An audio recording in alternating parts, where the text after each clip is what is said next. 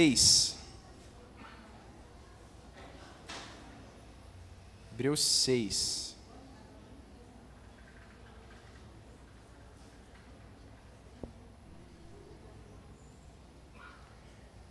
Hebreus 6, no verso 19.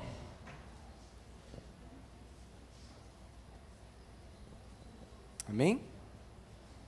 Hebreus 6, verso 19. A gente está sem a Bíblia, né? Pelo menos no telão, né? Eu, irmãos, confesso um pecado aqui para vocês. Muitas vezes, eu não trago a Bíblia para a igreja porque eu sempre esqueço ela na igreja, né? E aí eu me tornei mal acostumado com esse telão, muito mal acostumado, e agora eu estou tendo que reaprender a trazer a Bíblia. Graças a Deus que a gente tem a Bíblia de celular, né? Aí quebra um galho também. Mas amém, irmãos. O importante é que a gente esteja sempre lendo a palavra de Deus, né? Onde ela é anunciada, a palavra de Deus também é anunciada. Hebreus 6, 19. Temos essa esperança por âncora da alma, segura e firme, que entra no santuário que fica atrás do véu, onde Jesus, como precursor, entrou por nós, tendo se tornado sumo sacerdote para sempre, segundo a ordem de Melquisedeque. Eu queria que a gente focasse no verso 19. Temos essa esperança por âncora da alma, segura e firme, que entra no santuário que fica atrás do véu. Amém, meus irmãos. O homem, por natureza, ele é um ser que vive de esperança, né? Nós vivemos de esperança. Constantemente nós permeamos a nossa vida, nós permeamos o nosso dia a dia com pequenas e grandes esperanças. Nós começamos a segunda-feira muitas vezes na esperança do final de semana chegar. Não é verdade? E a gente trabalha todos os dias até que chegue a sexta-feira, então se cumpra a nossa esperança. Nós começamos o ano na esperança de termos boas notícias, na esperança de termos... É até interessante, né? A gente trabalha... eu não, no caso, né? Eu estou bem longe disso. Mas algumas pessoas trabalham, quando vão aproximando aí os anos na carteira, já trabalham na esperança da aposentadoria, né? A gente trabalha durante o ano na esperança das férias.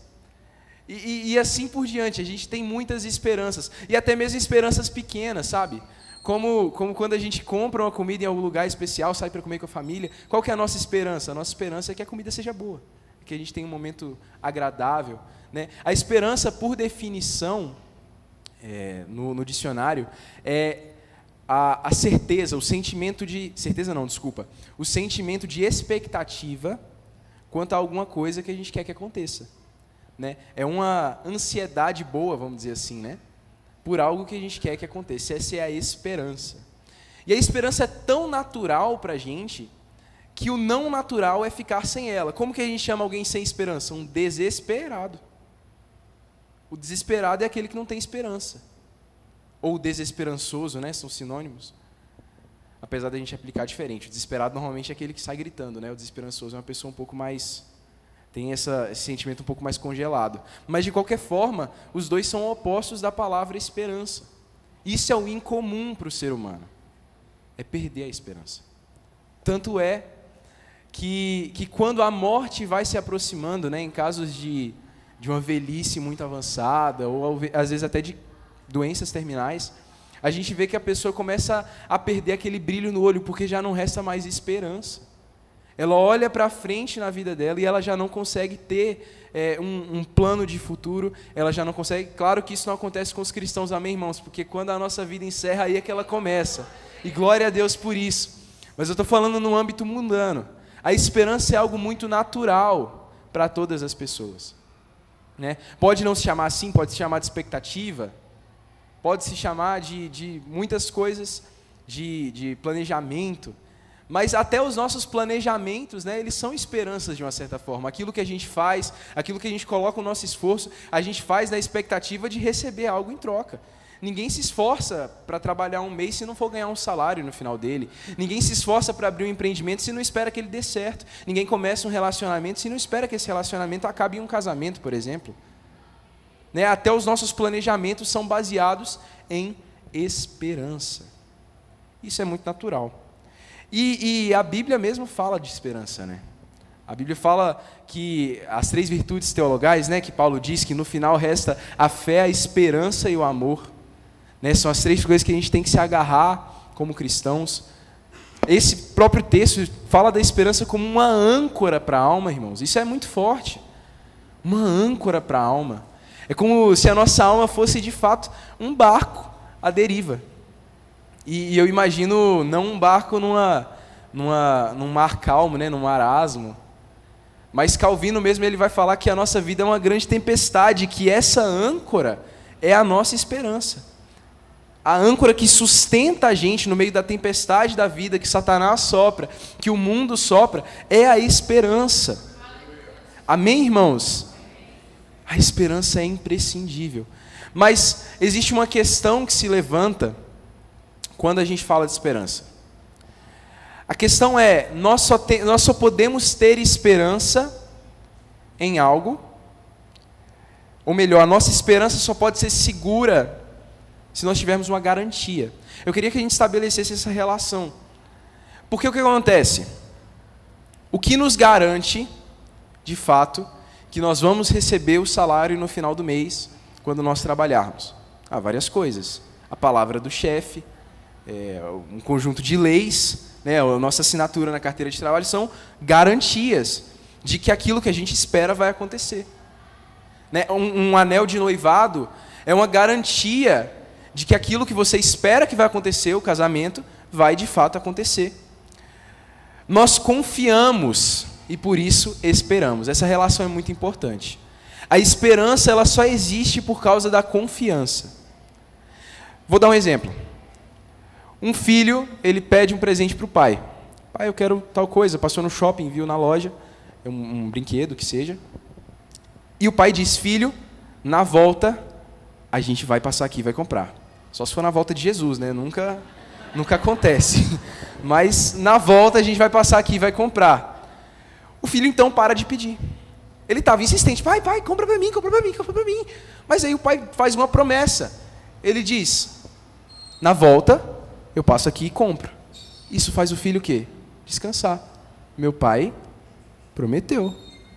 Eu tenho uma garantia. Então ele confia no pai. Lê do engano. Mas ele confia no pai. Ele confia. E essa confiança traz para ele uma esperança. A esperança de que ele vai ganhar o brinquedo que ele pediu. Faz sentido isso, né, irmãos?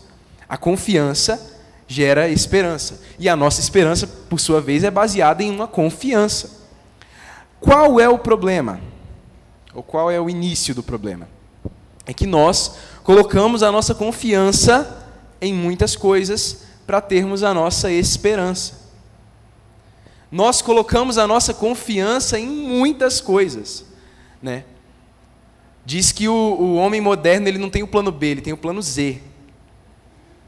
Ele tem o seguro de vida e o seguro do seguro de vida, e ele tem o plano de saúde, e caso não der certo tem o SUS, caso não der certo ele tem uma reserva lá no banco dele. Sabe, a gente põe a nossa confiança em muitas coisas. A gente confia que a gente vai estar seguro.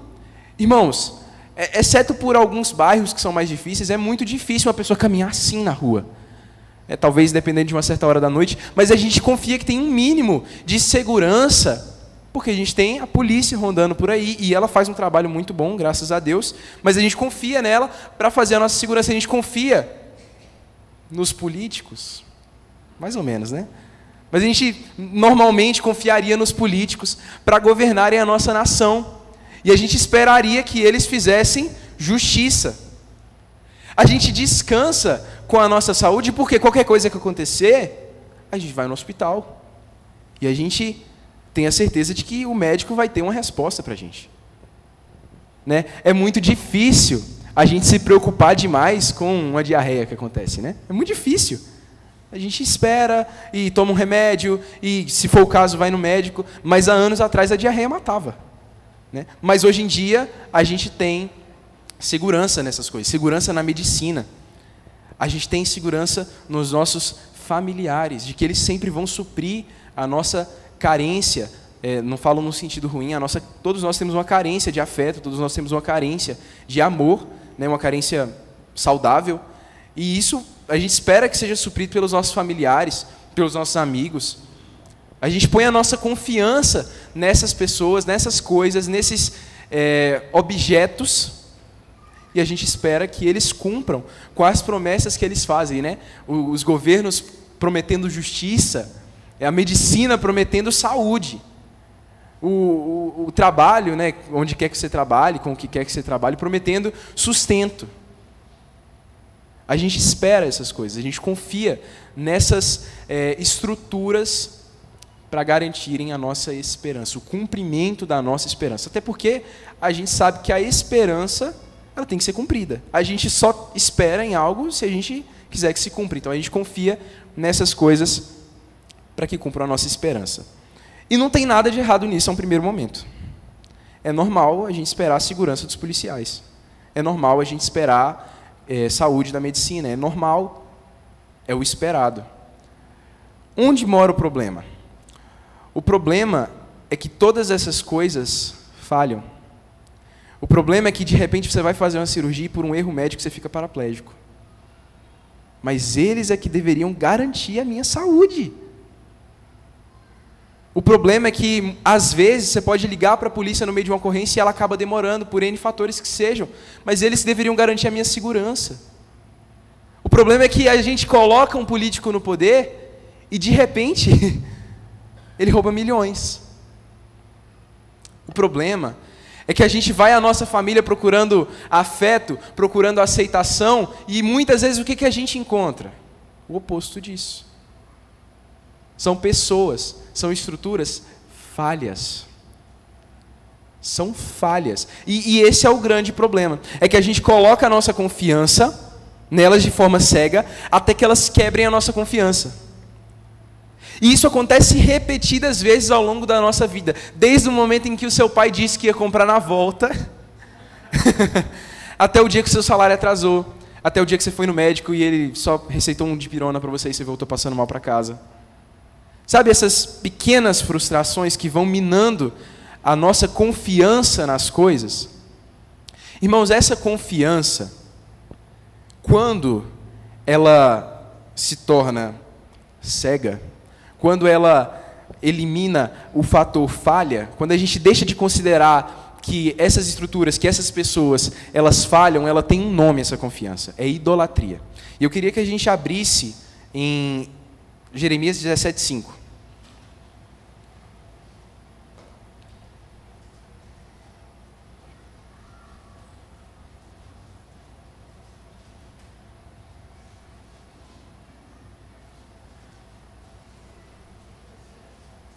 Jeremias 17:5.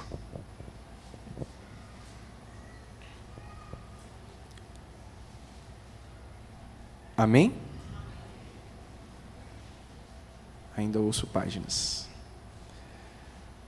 Verso 5. Assim diz o Senhor: maldito aquele que confia no ser humano, que faz da carne mortal o seu braço, e cujo coração se desvia do Senhor, porque ele será como um arbusto solitário no deserto, e não verá quando vier o bem, pelo contrário, morará nos lugares secos do deserto, na terra salgada e inabitável. Irmãos, maldito, quantos aqui não conhecem essa passagem, né? Maldito é o homem que confia no homem. O que a gente entende? Não posso confiar naquele cara. Não é isso que ele está dizendo. Não é para gerar desconfiança entre as pessoas, e sim para que a gente entenda que quando a gente coloca a nossa confiança na carne, no braço do homem, na força do homem, em estruturas do homem, a gente se torna maldito. E maldito por quê? Porque Deus começa a amaldiçoar a gente? Nem precisa, ainda que eu acho que aconteça, mas nem precisa, porque confiar no homem, confiar em humanos, confiar na carne, é a morte certa. Mas a gente ignora que essas coisas vão falhar, e podem falhar, e vão falhar. A gente ignora isso para poder manter a nossa paz. Porque senão a gente virá desesperado. E ninguém quer ser desesperado. Ninguém quer ser desesperado. Ninguém quer, meu Deus do céu, e agora? Eu não posso confiar nisso, eu não posso... Ninguém quer ficar assim. A gente condena essas pessoas. Calma, a gente diz calma. Por quê? Porque tem muitos recursos. tem muitas garantias. Calma, não se desespere. Se isso der errado, você tem um plano B. Só que tem momentos, irmãos, em que dá tudo errado. Tem momentos em que não importa quantas vezes você diga calma, a pessoa não se acalma. E quem dera todos nós nos desesperássemos em algum momento. Quem dera a ficha caísse mais rápido. Porque, irmãos, o engano da idolatria, que vai dizer lá não precisa abrir, em Isaías 46, no versículo 7, diz que o homem vai lá e constrói um ídolo para si, e ele o coloca nos ombros, e ele carrega e se prostra diante dele. Só que tem um problema, o ídolo não responde. E ainda que ele clame, diz o texto, o ídolo não pode livrá-lo. Então nós construímos recursos ao nosso redor, nós construímos formas ao nosso redor, garantias ao nosso redor, e não tem nada de errado nisso. O problema é que quando chega a hora do aperto, tudo isso vai se mostrar muito, muito falho. E nós vamos ser bobos, porque construímos ídolos para nós mesmos que não podem nos livrar. Não dá. Eles não são Deus. Quando chegam as tempestades, irmãos, quando chegam as dificuldades da vida, e isso eu falo em vários níveis, pode ser, às vezes a gente tem uma tendência muito grande, né? Quando fala tempestade, a gente já pensa em área financeira, mas pode ser uma tempestade interna, pode ser um momento em que você colocou toda a sua confiança em uma pessoa da sua família, pode ser em uma amizade, que você jamais esperava que aquela pessoa fosse trair a sua confiança. O afeto que você precisava, você supria naquela pessoa e de repente ela trai a sua confiança de uma forma que você não imaginava. Acontece. E a pergunta é, quem é que está errado? Os dois. Ele porque traiu a sua confiança, mas você porque esperou algo dele que ele jamais poderia dar. A perfeição. Maldito é o homem que confia no homem. Porque jamais algo que é humano pode dar perfeição, pode dar garantia, pode dar segurança. Não pode. E isso vai se repetindo, esse processo. Nós levantamos um ídolo, né? Já dizia Agostinho, nosso coração é uma fábrica de ídolos. Então, nós levantamos um novo ídolo, nós levantamos uma nova confiança em nós. Pode ser um novo empreendimento que nós estamos fazendo, pode ser uma forma de ganhar dinheiro que a gente achou, pode ser uma nova amizade. A gente levanta esse ídolo e a gente fala, é você que vai me dar a segurança. Porque no final, o que a gente está buscando, irmãos? A gente busca segurança. E aí a gente levanta esse ídolo e você vai me dar segurança. E aí esse ídolo se quebra. E a gente se frustra. E aí a gente levanta mais um ídolo. Aquilo ali quebrou minha confiança, mas agora eu vou levantar mais uma coisa. E quebra minha confiança de novo. E aí levanta mais alguma coisa e quebra minha confiança de novo. E quem não passou por esse processo? Todo mundo. Todo mundo já teve sua confiança quebrada por estruturas, por organizações, por pessoas. Repetidas vezes. E sabe o que acontece? Um processo natural é que o homem, ele começa a virar isso aqui que diz no verso 6 de Jeremias 17. Um arbusto solitário no deserto, que mora nos lugares secos, na terra salgada e inabitável. Sabe o que a pessoa fica? Seca e amarga. Uma palavra que define melhor, cínica.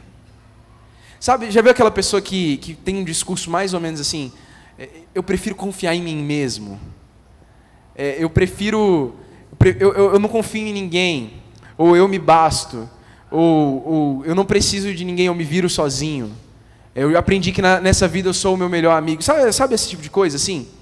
Discurso de pessoas que já se frustraram muitas vezes com relacionamentos, com coisas desse tipo. E aí elas acabam se voltando para si mesmas. E o que elas começam a fazer? Elas começam a colocar sua confiança, já não em outras coisas, mas em si mesmas. Eu vou ser o meu melhor amigo nessa vida. Eu agora não confio mais em ninguém. Aí além da pessoa estar amarga, ela está cometendo o pior tipo de idolatria, que inclusive foi a que Lúcifer cometeu, que é deixar Deus para adorar a si mesmo. E falar, em mim eu ponho a minha confiança. E é uma pessoa que vira amarga. Dessa amargura gera desconfiança. A pessoa já começa a não confiar mais em ninguém. Porque, irmãos, veja uma coisa. Eu não estou dizendo aqui que você tem que andar assim, ó, pela rua, desconfiando de todo mundo. Não é isso. É que quando chega o momento de confiar nas pessoas, tem que sempre haver um fatorzinho ali. Ela é gente, não é Deus. Você tem que ter autoconfiança? Tem. Autoconfiança é, em certos aspectos, uma virtude. Mas um lembrete tem que ficar ali: eu sou homem, não sou Deus. Porque se a gente perde isso, se a gente perde esse lembrete e coloca alguma outra coisa no lugar de Deus, isso é idolatria. E aí nós vamos e começamos a confiar em nós mesmos. E aí a gente se torna cínico, a gente se torna amargo, a gente se torna desconfiado. A gente começa a se tornar super protetor dos nossos próprios bens. Porque eu não tenho ninguém para garantir minha segurança, então eu tenho que me garantir. A gente começa a se tornar ansioso. Sabe por quê, irmãos? Porque quando esse processo de frustração começa a ser repetido várias e várias e várias e várias vezes ao longo da nossa vida, a gente já começa a olhar para o futuro com um olhar de insegurança. Por quê? Quem me garante? Quem me garante que isso que eu estou fazendo hoje vai ter resultado amanhã? Quem me garante? Quem me garante que daqui a uns anos eu vou estar como eu planejo que eu vou estar? E a resposta lógica que a gente chega é: ninguém. Porque tantas vezes eu esperei que algo acontecesse e hoje eu me vejo aqui 5, 10 anos depois e eu nunca imaginei estar do jeito que eu estou. E eu nunca imaginei estar vivendo o que eu estou vivendo, no mau sentido. E a gente começa a se tornar ansioso. A gente começa a se tornar frustrado. Um coração pesado. Porque nós colocamos repetidas vezes a nossa confiança naquilo que jamais mereceu a nossa confiança. Irmãos, essa é a realidade, o que eu falei até agora, é a realidade de boa parte do mundo. E boa parte do mundo moderno, inclusive. Né? É um quadro quase que comum. Né? As pessoas, os discursos que a gente vê hoje, são todos voltados a isso, a uma egolatria. A você se virar, a você se bastar, a você dar conta de si mesmo, a você não confiar em ninguém. É mais ou menos isso. Parece que a gente, como sociedade, chegou a um cúmulo, né? Que a idolatria foi tão forte em tantas coisas, a gente confiou tanto em tantas coisas. Tem até uma corrente filosófica que vai falar justamente isso, que é o niilismo. Né? Alguém já ouviu falar de modernidade líquida, alguma coisa assim? Basicamente a ideia de que depois das guerras que aconteceram, o pessoal confiava nos países, o pessoal confiava na igreja, mas nas guerras, com a Guerra Fria, com a Primeira e Segunda Guerra Mundial, com as doenças que aconteceram, eles chegaram a uma conclusão lógica: não tem nada que a gente pode confiar, o mundo é uma porcaria, Deus está morto, e o melhor que a gente pode fazer é confiar em si mesmo e seguir a vida da melhor forma possível. Isso foi o que disse Nietzsche: Deus está morto, né? E esse é o pensamento dele, e muito da nossa vivência hoje é guiada por isso, por esse sentimento.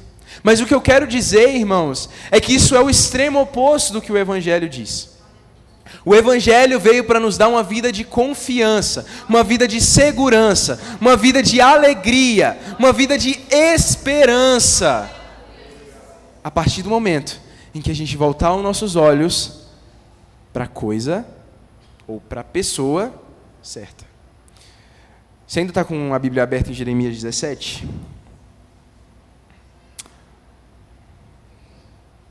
Jeremias 17, 7.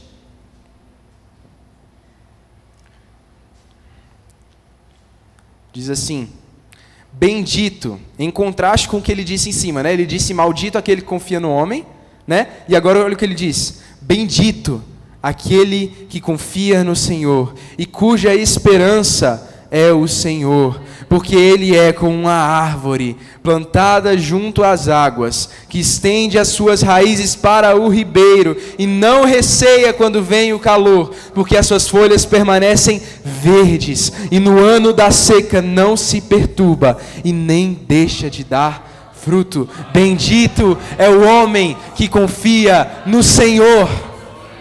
Meus irmãos, Se aquele que confia em si mesmo é um arbusto no meio do deserto, aquele que confia no Senhor é uma árvore plantada junto às correntes das águas. Irmãos, no mundo nós não temos nada que é digno da nossa plena confiança, mas Deus não está no mundo, Deus está nos céus, sentado num alto e sublime trono, e Ele é digno da nossa confiança. Meus irmãos, Salmos 27, não precisa abrir, 27, não Salmo 27, diz assim que uns confiam em carros, outros em cavalos, mas nós fazemos menção do nome do Senhor. Então, enquanto muitos colocam a sua confiança em coisas, em estruturas humanas que aparentam ser fortes, carros e cavalos eram símbolos de força bélica, militar. Enquanto alguns colocam a confiança nisso, nós fazemos menção do nome do Senhor. E sabe por quê, irmãos? Porque se você quiser abrir comigo em Isaías 64, está bem pertinho aí de Jeremias. Isaías 64, 4. Tem um traço do caráter de Deus, irmãos. Ou melhor, dois traços, Dois traços do caráter de Deus que a gente precisa ter em mente. Olha o que diz Isaías 64, 4. Porque desde a eternidade, ou melhor, desde a antiguidade, não se ouviu, nem com os ouvidos se percebeu, nem com os olhos se viu Deus além de ti, que trabalha para aquele que nele espera. Irmãos, tem dois traços do caráter de Deus que a gente precisa ter em mente. O primeiro é que Ele pode tudo. Deus pode tudo. Existe uma coisa que às vezes fica um pouco na nossa mente cristã. A gente ora pela cura de alguém. E aí a gente fica assim: Deus pode, mas será que Deus quer? Então a gente ora como? Tipo, Deus, se for da sua vontade. E fica naquele, sabe? Aquela incerteza quando a gente vai orar por cura ou vai orar por um milagre. E eu entendo isso, irmãos. Essa questão da gente olhar e questionar não, perguntar a Deus se é da vontade dele, ou condicionar nosso pedido à vontade dele. Isso é bom. Mas o que a gente precisa entender é que, além de ser todo poderoso, Ele trabalha para aquele que nele espera. Deus não está lá no céu olhando para nós e aí Ele tira cara ou coroa para ver se vai abençoar ou não. Deus não está assim. Deus está lá trabalhando em prol de você, trabalhando para o seu bem. Na verdade, todas as coisas cooperam para o bem daqueles que amam a Deus. Irmãos, um Deus que trabalha por aqueles que nele esperam. Isso é muito louco, porque Ele é Deus. Olha só, nós temos homens aqui na terra, e nós confiamos nesses homens, e muitas vezes eles traem a nossa confiança trabalhando só por si mesmos, mas Deus, que não é homem, é Deus, Ele jamais trai a nossa confiança, porque Ele está trabalhando continuamente por nós. Isso é muito louco. Deus, Ele se volta para a terra e Ele trabalha por nós. E essa confiança, que é o que vai estar escrito lá em Mateus 6, não precisa abrir se não quiser, é que Jesus compartilha aos seus discípulos, quando Ele diz: não fiquem ansiosos, não fiquem preocupados. Irmãos, a preocupação, a ansiedade, ela é o caminho inverso do caminho do Evangelho. Eu não estou falando aqui de transtorno de ansiedade, isso é da saúde, você tem que ir num psiquiatra, tratar com remédio. Eu estou falando de ansiedade, aquela ansiedade que a gente sente pelo amanhã. Estou falando de preocupação. Sabe por quê, irmãos? Porque conhecer esses dois traços do caráter de Deus faz a gente lembrar do que Jesus disse. Vocês olhem para os pássaros no céu. Eles não trabalham, eles não semeiam. Contudo, o Pai de vocês os alimenta. Olhem para os lírios do campo. Eles não tecem, mas nem Salomão, em toda a sua glória, se vestiu como um deles. O que ele está querendo dizer aqui? Aí ele diz, né? E vocês valem muito mais do que os pássaros. E vocês valem muito mais do que as flores do campo. O que ele está dizendo aqui, meus irmãos? Ele está dizendo, se eles que não trabalham são cuidados, vocês que valem muito mais do que eles, vão ser muito mais cuidados. Então, tendo isso em mente, não andem ansiosos por coisa alguma, porque são gentios de todo mundo que vivem procurando essas coisas. Que coisas? O que eu vou comer? O que eu vou beber? Com o que eu vou me vestir? São gentios que procuram essas coisas, mas nós vivemos muitas vezes dentro da igreja com as mesmas preocupações do que os gentios. Mas deixa eu contar uma coisa, os gentios eu quero dizer os do mundo. Gente, deixa eu contar uma coisa. Eles são órfãos, nós temos pai. Eles são órfãos, eles têm que se preocupar mesmo, mas nós temos pai. E o que Jesus diz? Então vocês sabem que o pai de vocês, ele conhece as suas necessidades, então não fiquem como eles. Existe um outro estilo de vida preparado para aqueles que confiam em Deus, um estilo de vida de segurança, um estilo de vida de segurança. E tendo isso em mente, buscai o reino de Deus, em primeiro lugar, né? E todas as demais coisas vos serão acrescentadas. E em Lucas 12 ele ainda vai acrescentar, não tenham medo, pequenino rebanho, porque foi do agrado do Pai lhes dar o reino. Irmãos, o Pai olhou desde a eternidade para nós, e ele falou assim, eu quero dar muito mais do que a terra para eles. A gente fala de receber a terra por herança, eu quero dar um reino dos céus, é muito mais. É do meu agrado, eu me agrado em dar o reino para eles. Então não se preocupem. Não se preocupem. Irmãos, não nos preocupemos. Porque o nosso Pai é poderoso e Ele nos ama. Quando eu era menor, muitas vezes a gente ia na ReHap, né? E aí minha mãe, antes de eu entrar, minha mãe e meu pai já falavam assim, é só olhar. É só olhar. E aí às vezes eu descumpria um pouquinho da regra do é só olhar, e eu chegava com um brinquedo assim e mostrava para ele, e eu pedia assim, e eu via no rosto deles assim um desejo de me dar. Mas o que eles não tinham? Condição. E aí eu escutava, meu filho, se eu tivesse condição, é claro que eu daria para você. Mas eu não tenho condição. Deixa eu contar, você não vai ouvir isso do Pai. Ele tem condição. Ele tem poder. E Ele tem vontade. Mas tem uma coisa que é necessário a gente entender. É necessário a gente entender que não quer dizer que o Pai vai fazer todos os nossos caprichos. Porque não é porque o filho bebê quer uma faca que o Pai vai dar uma faca para ele. Mas eu quero, mas você vai morrer. Ou se machucar. Então, irmãos, é entender que a bondade de Deus é tão grande conosco que Ele sabe o que é melhor para nós. Que Ele cuida de nós. Que Ele nos ama. Tem uma história, irmãos, de dois monges cristãos, lá dos primeiros séculos, e eles estavam caminhando pela praia juntos há um tempo, e aí um deles sentiu muita sede, e não tinha água perto. E aí o mais velho orou ao pai e disse assim, pode beber da água do mar. E quando ele bebeu, estava doce. E aí ele bebeu a água doce e tal, aconteceu esse milagre, e ele pegou uma vasilha, uma garrafa, não sei, e começou a encher de água do mar. E aí o mais velho perguntou para ele, por que você está enchendo a garrafa? Ele falou, não, porque eu tenho medo de sentir sede mais tarde. E aí o mais velho, mas você não entendeu nada do que aconteceu? O mesmo Deus que está aqui agora, provendo agora, a água para você agora, é o mesmo Deus que vai estar mais tarde, provendo mais tarde, a água para você mais tarde. Então não se preocupe, não se preocupe. Ele reconheceu o erro e deixou a água lá. Irmãos, Deus tem prazer em cuidar de nós. Deus tem prazer em cuidar de nós. E agora está findada a inquietação.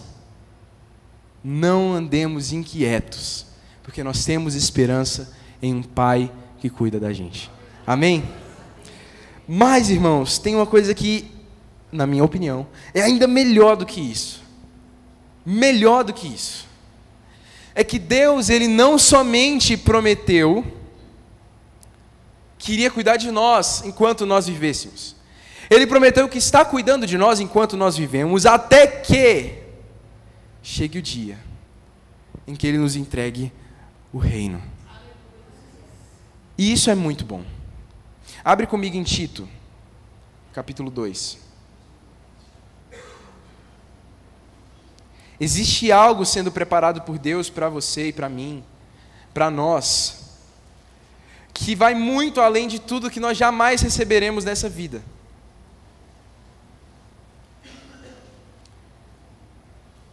Olha o que Tito 2, no versículo 11, diz: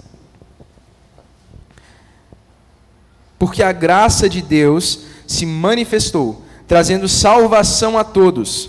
Ela nos educa, para que, renegadas a impiedade e as paixões mundanas, vivamos nesse mundo de forma sensata, justa e piedosa, aguardando a bendita esperança e a manifestação da glória do nosso grande Deus e Salvador Jesus Cristo. Existe uma bendita esperança, uma esperança muito maior do que qualquer esperança que podemos ter para essa vida. Na verdade, Paulo inclusive vai dizer lá em 1 Coríntios 15, que se a nossa esperança em Cristo se limita a essa vida, nós somos de todos os homens os mais miseráveis, os mais infelizes. Então, se tudo que a gente espera de Deus é para o hoje, é para o agora, irmãos, nós somos muito miseráveis, nós somos muito infelizes, porque existe algo tão precioso, tão maravilhoso que Ele tem preparado para nós, que Paulo disse, é a bendita esperança.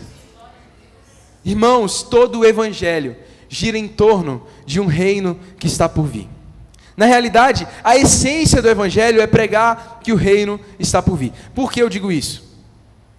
Ainda que seja verdade que o Evangelho é Jesus tendo morrido e ressuscitado por nós, né? Se eu perguntasse para você hoje o que é o Evangelho em poucas palavras, talvez você responderia isso: o perdão dos pecados, a morte de Jesus, e é uma resposta muito boa. Mas, irmãos, o Evangelho, isso faz parte do Evangelho. Por que eu digo isso? Mateus 4 diz que Jesus, antes de ter morrido, andava por toda parte pregando o Evangelho do reino. Eu pergunto, Jesus tinha morrido? Então como é que ele pregou a cruz? Se nem os discípulos sabiam que ele ia morrer. Então tem uma forma de pregar o Evangelho do reino sem falar da cruz. E sabe qual forma é essa? Irmãos, não estou incentivando ninguém a fazer isso, tá? Hoje nós temos a cruz, temos a revelação completa, e o Evangelho completo envolve a cruz. Mas o que Jesus pregava, afinal? Ele pregava: arrependei-vos, porque é chegado o quê? O reino dos céus. Tudo gira em torno de um reino dos céus que está vindo. Esse é o Evangelho. Essa é a boa notícia. E sabe por que é uma boa notícia? Porque o reino que hoje está em vigor é uma porcaria. Na verdade, é governado por principados e potestades que estão causando todo tipo de males na nossa sociedade, desde a corrupção até os estupros, roubo, morte, invejas, cobiças e todo tipo de pecado, todo tipo de dor, todo tipo de angústia, sabe, os desastres naturais, tudo que a gente vê e que causa dor é da ordem presente, mas vem uma ordem futura, vem um reino futuro, e nesse reino já não haverá mais morte, já não haverá mais choro, já não haverá mais dor, porque as primeiras coisas já passaram. Essa é a boa notícia. Existe um outro reino, não é só isso. O Evangelho gira em torno de uma boa notícia. E Paulo vai dizer em Romanos 8 que é na esperança que nós fomos salvos. Na esperança da manifestação dos filhos de Deus, que é esse tempo. Nós fomos salvos na esperança. Essa esperança de que um dia, tudo isso que a gente vê, vai ser transformado. Que nós, olha irmãos, abre comigo em 1 João 3. Isso é muito lindo. 1 João 3:1.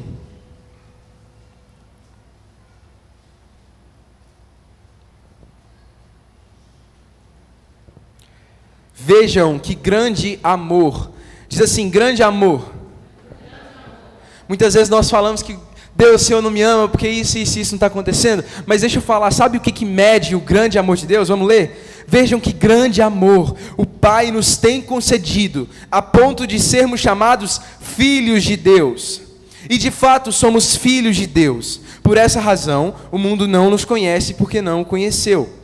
Amados, agora somos filhos de Deus, mas ainda não se manifestou o que haveremos de ser.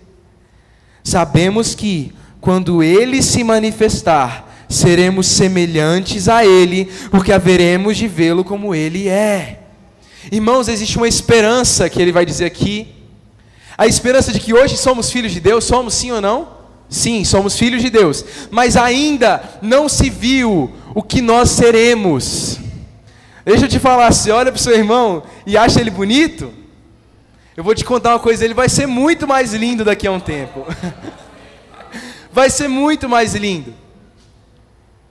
Sabe essa doença? Ô irmãos, eu não sei se vocês viram, eu estava tocando ali, depois eu vim buscar um remédio aqui. Eu estava com uma dor na coluna, gente. Nossa Deus, e tô novo demais para ter esses trem, gente. Pelo amor de Deus. Eu estava com uma dor na coluna, e eu fiquei pensando enquanto eu estava ali, cara, não vai ter mais dor na coluna. Não vai ter, porque ainda não se manifestou o que haveremos de ser. E aí tem uma coisa muito linda que diz aqui, que quando nós virmos Jesus como Ele é, essa visão que nós teremos, sabe a mesma visão que diz em 2 Coríntios 4, que diz que hoje nós, como espelho, contemplamos a glória do Senhor e somos transformados de glória em glória. Hoje nós vemos como uma imagem turva, e essa imagem já é capaz de nos transformar. Mas Paulo vai dizer que um dia nós não veremos mais como espelho, nós veremos face a face.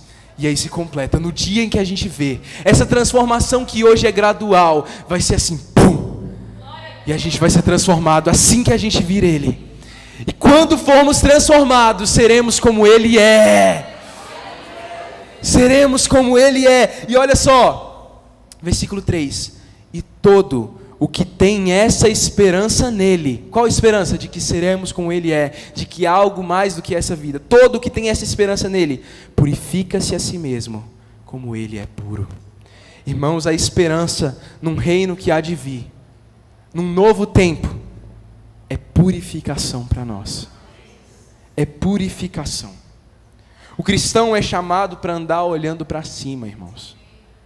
A nossa vida deve ser modelada por uma esperança, por uma bendita esperança.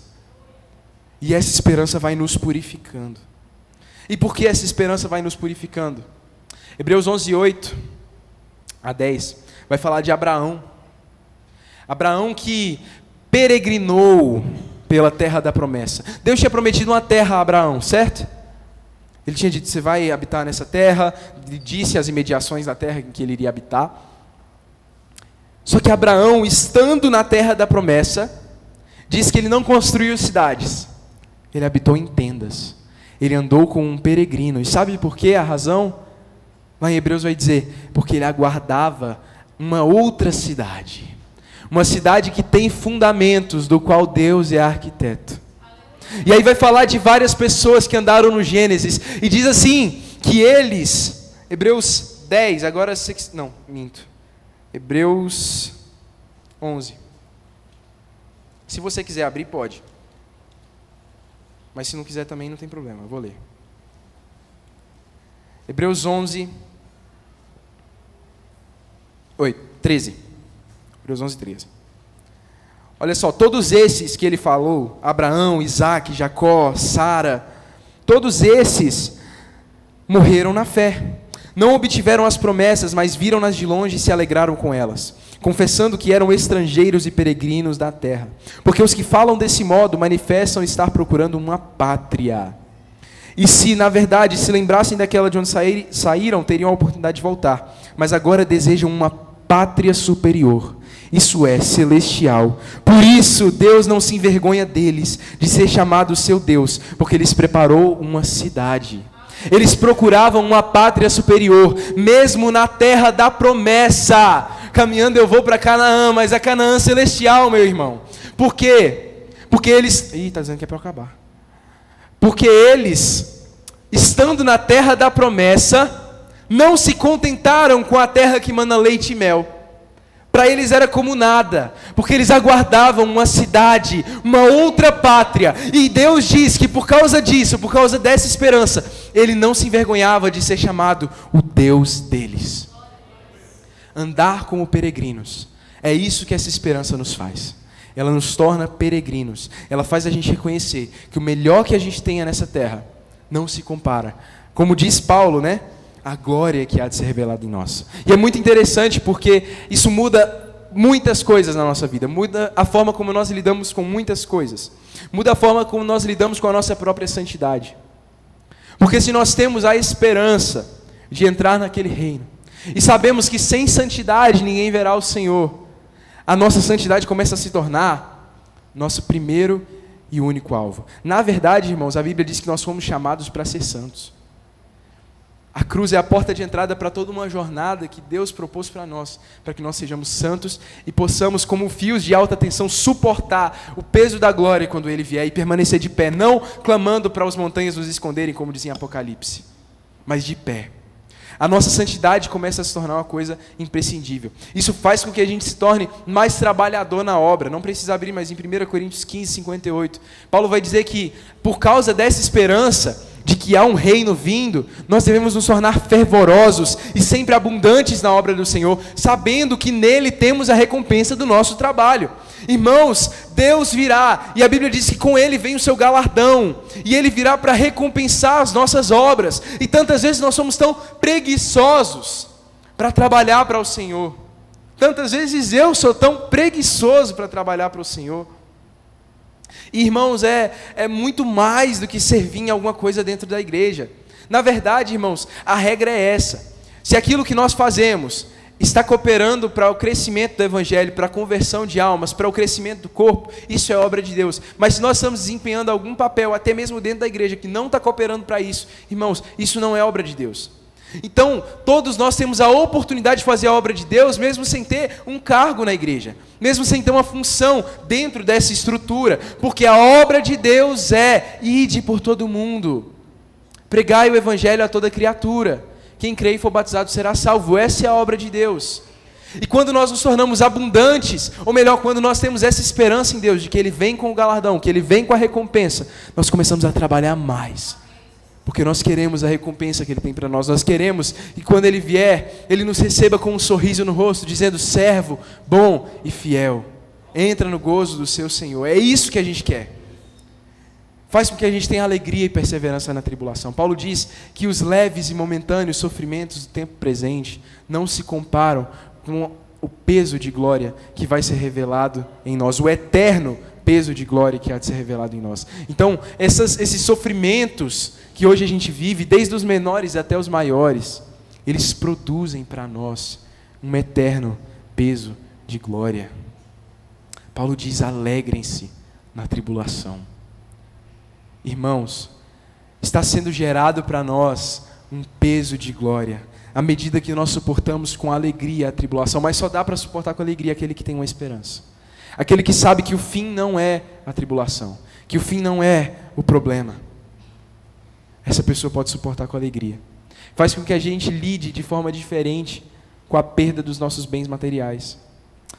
Se eu não me engano, John Piper vai dizer que a gente mede o quanto uma pessoa crê no reino vindouro por como ela reage quando ela perde algum bem material. Quando alguém bate no seu carro, quando você perde dinheiro de alguma forma, é isso que mede o quanto você crê.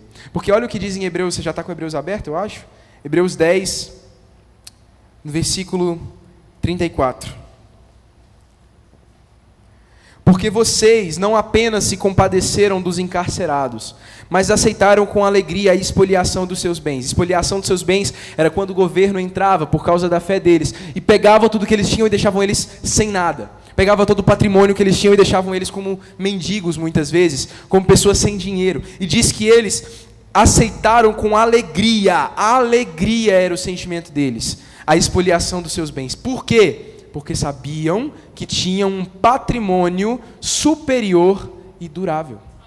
Então, quando nós temos a confiança de que existe um patrimônio superior e durável, muito superior ao nosso, a gente aceita.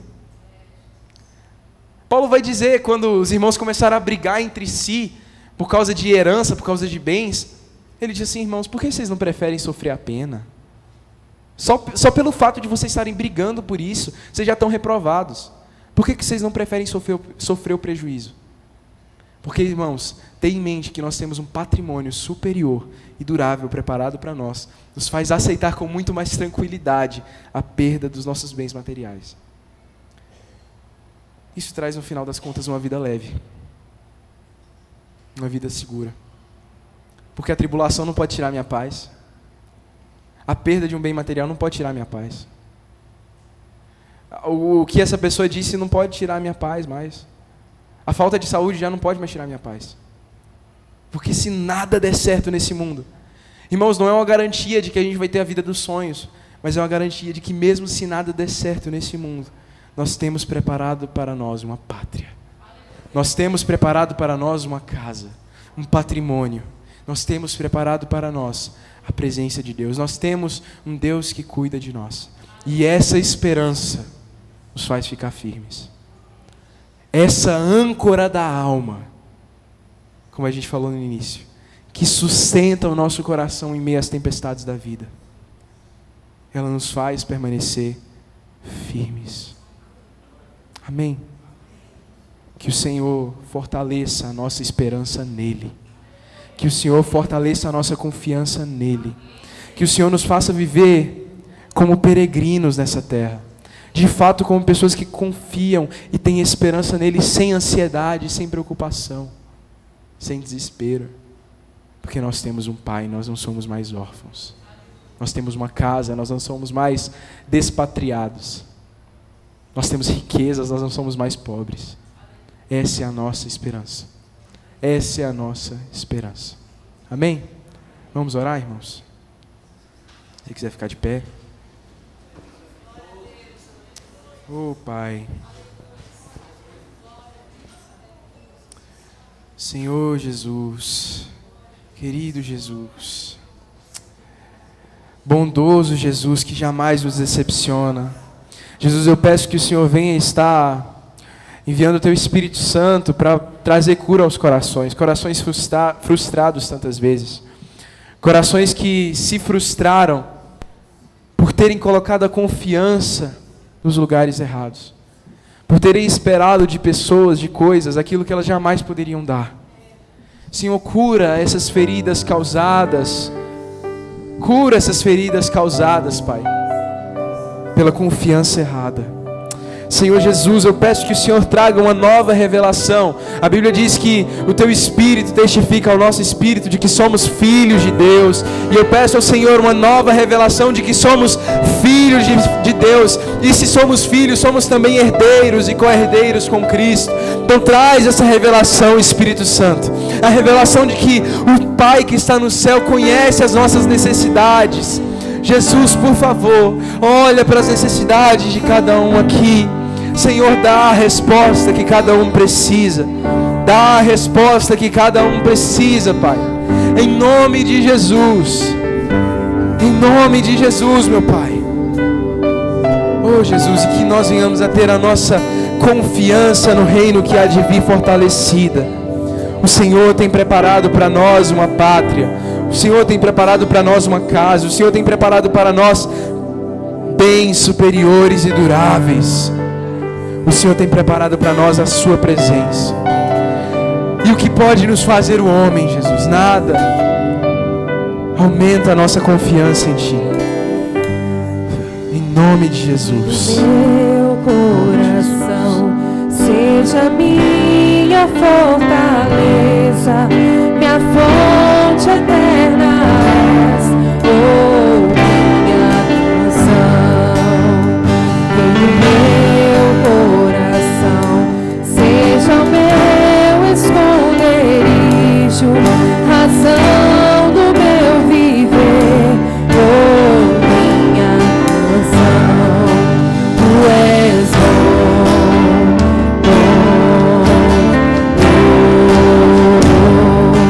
tu és bom.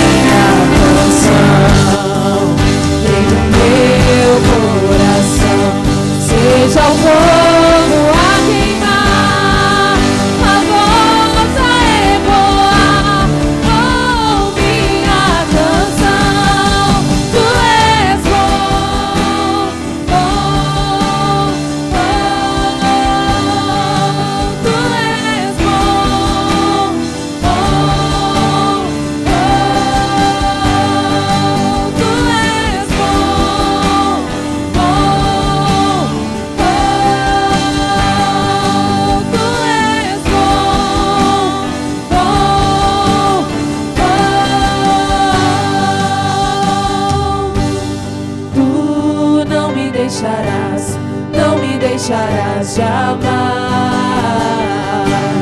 Tu não me deixarás, não me deixarás jamais. Tu não me deixarás, não me deixarás jamais. Tu não me deixarás, não me deixarás jamais. Tu não me deixarás, não me deixarás jamais. Tu não me deixarás, não me deixarás jamais. Tu és bom, bom, bom. Tu és bom, bom, bom. Tu és bom, bom, bom. Tu és bom,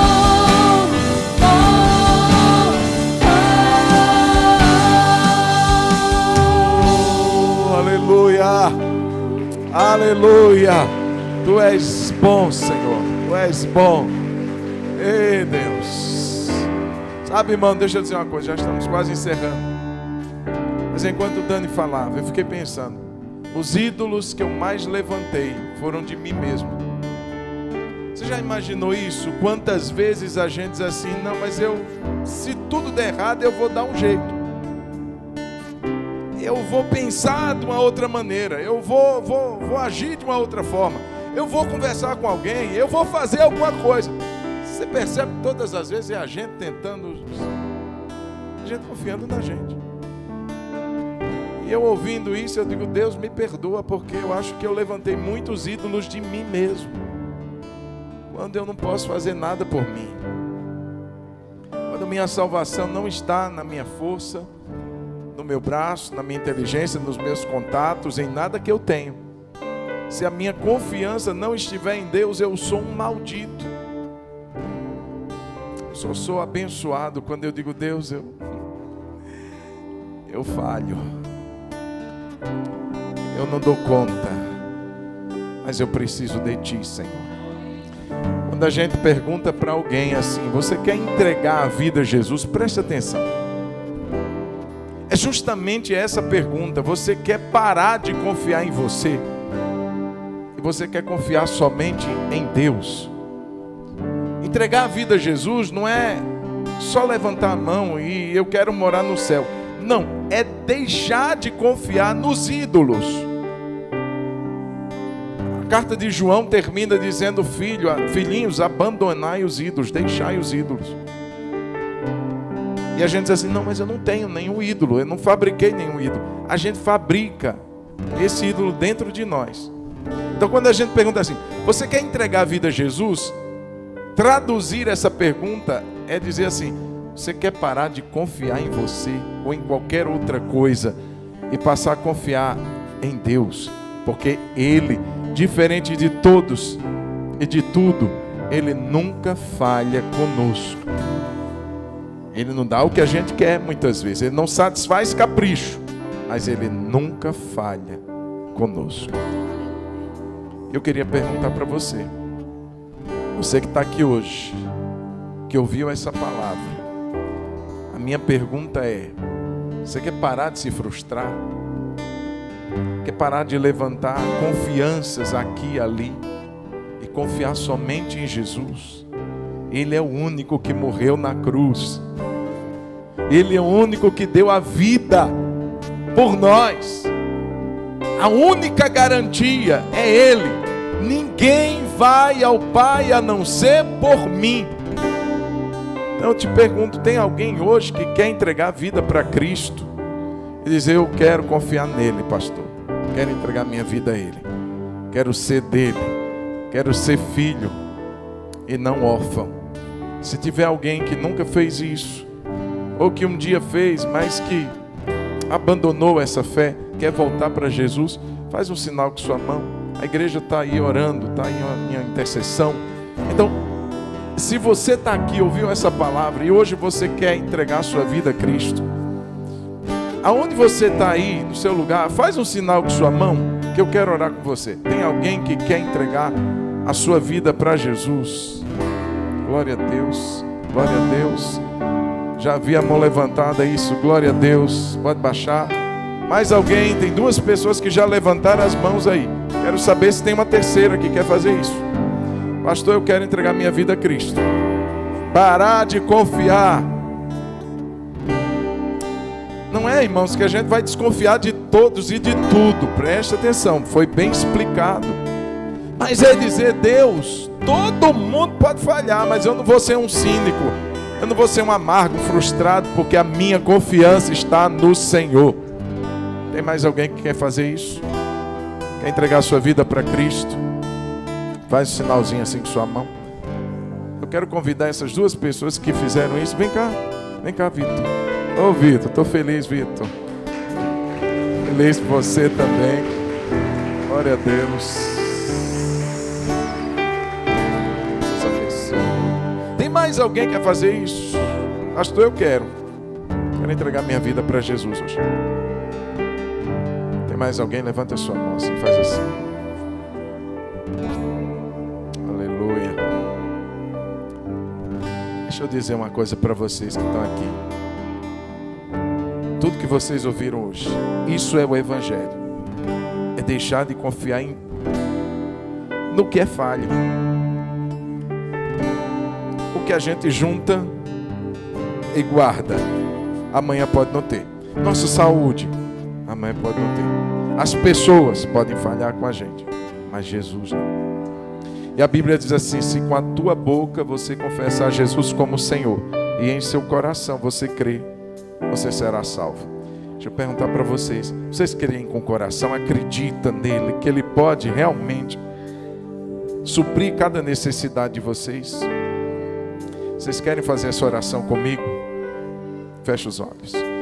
Senhor Jesus, repete comigo assim: Senhor Jesus, nessa noite eu entendi que eu preciso colocar minha confiança somente em Jesus. E nessa noite, ouvindo essa palavra, com a minha boca, eu convido Jesus Cristo para que seja Senhor da minha vida. Nessa noite, eu peço perdão de tudo que eu fiz que te desagradou. E que nessa noite, o seu perdão me cubra e o seu sangue me purifique de todo pecado. Porque com meu coração eu creio em ti, Jesus, e com a minha boca eu declaro que tu és o meu Senhor e o meu Salvador. Em nome de Jesus. Amém. Deixa eu orar por vocês. Pai, em nome do Senhor Jesus Cristo, coloca a vida dos meus irmãos. E que aquilo, Senhor, que o seu Espírito falou ao coração deles, a fé que veio através de ouvir a pregação da tua palavra, é uma semente que vai crescer, que vai germinar, vai crescer e vai dar muitos frutos. Firma, Senhor, dá compreensão. Espírito Santo, abre os olhos. E a cada dia, Senhor, mostra, se revela mais de ti aos meus irmãos. E eu quero te agradecer por essa noite, o seu Espírito ter encontrado lugar no coração deles. Nós os abençoamos, repreendemos todo mal que tem se levantado contra a vida deles, caia por terra, na autoridade do nome de Jesus. Que nessa noite, Jesus, seu Espírito possa enchê-los, selando o coração deles. Nossa oração, nós a fazemos a ti, em nome de Jesus. Amém. Vamos aplaudir a Jesus.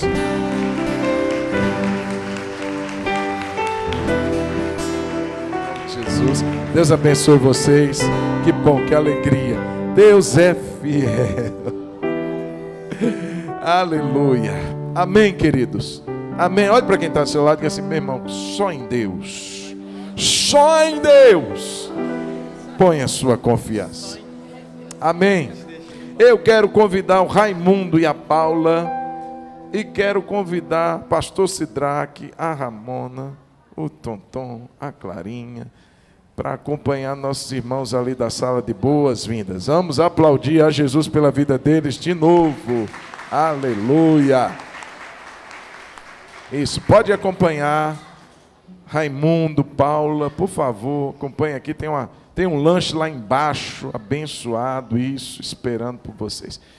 Faz assim com sua mão. Pastora Tássia, vem nos abençoar com a bênção apostólica. Eu vou lá para a porta para poder abraçar você.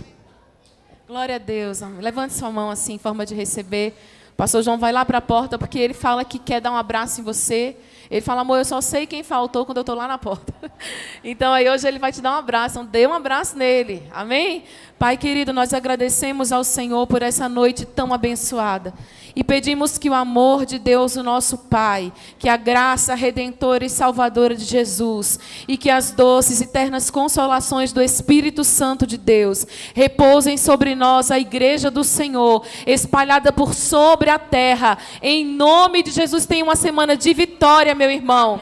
Amém. Deus te abençoe. Vá em paz.